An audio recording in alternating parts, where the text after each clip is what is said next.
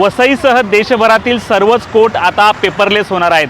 कारण आता शासनाच्या स्कीमनुसार जे आहे की ई सेवा केंद्र आहे प्रत्येक कोर्टाच्या बाहेर सुरू करण्यात आलेलं आहे आणि या ई सेवा केंद्राच्या माध्यमातून जे आहे की पेपर स्कॅन करून हा संबंधित विभागाकडे किंवा संबंधित वकिलाकडे संबंधित न्यायमूर्तींकडे पाठवण्यात येणार आहे आणि जर काही पेपर जर तुम्हाला स्वतःला पाहिजे असतील दावा दाखल करायला त्याला देखील मिळणार आहे। वसईमध्ये हे जे आहे ई सेवा केंद्र नुकताच ठेवण्यात आलेलं आहे, परंतु फुल फ्लॅश अजून हे सुरू झालेलं नाही कारण स्टाफची मंजुरी होणं आणि वकिलांची नेमणूक होणं हे सर्व पेंडिंग आहेत। सध्या जे आहे ई सेवा केंद्र आहे जे प्रत्येक वकील आपापल्या कार्यालयाच्या माध्यमातून लॅपटॉपवरून सुरू करतात, परंतु लवकरच येत्या महिनाभरामध्ये ई सेवा केंद्र पूर्ण चालू होणार आहे। हे वसई विरारमध्ये नाही तर संपूर्ण भारतभर अशा प्रकारचं ई सेवा केंद्र सुरू होणार आहे।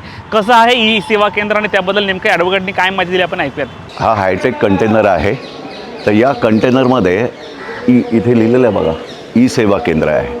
म्हणजे आता पूर्वी कसं आम्ही मॅन्युअल फायलिंग करायचो केसेस कोर्टामध्ये दावे जे असतात ते आता ई फायलिंग होत असतं।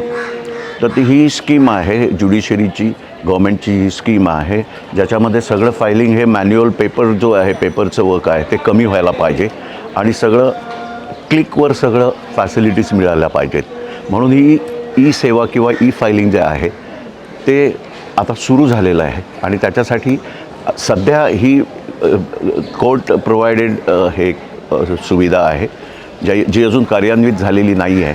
याच्यामध्ये बाकी सगळं फर्निचर किंवा इलेक्ट्रिसिटीचं कनेक्शन वगैरे कम्प्युटर्स वगैरे यायचे बाकी आहेत। तोपर्यंत ई फायलिंग जे सुरू झालेलं आहे ते ई फायलिंग आम्ही ॲडव्होकेट्स आपापल्या कम्प्युटर्समधून लॅपटॉप्समधून करतो।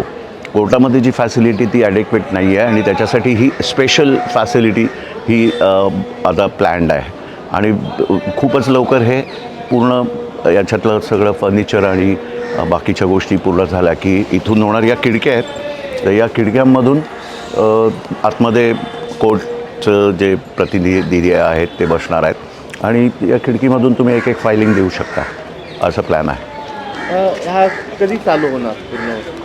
नाही चालू होणार म्हणजे इथे काय इट नीड्स बजेटिंग राईट। आता हे आणलं आहे त्याच्यावर खर्च आहे, कम्प्युटरचं एक्सपेन्सेस आहे, इलेक्ट्रिसिटी कनेक्शन, म्हणजे असं टाईम लिमिट नाही। ॲज सून ॲज जेव्हा आता होणार आहे जेव्हा मिळू शकते तेव्हा ते सुरू होणार आहे। किती लोक बसू शकतात आतमध्ये?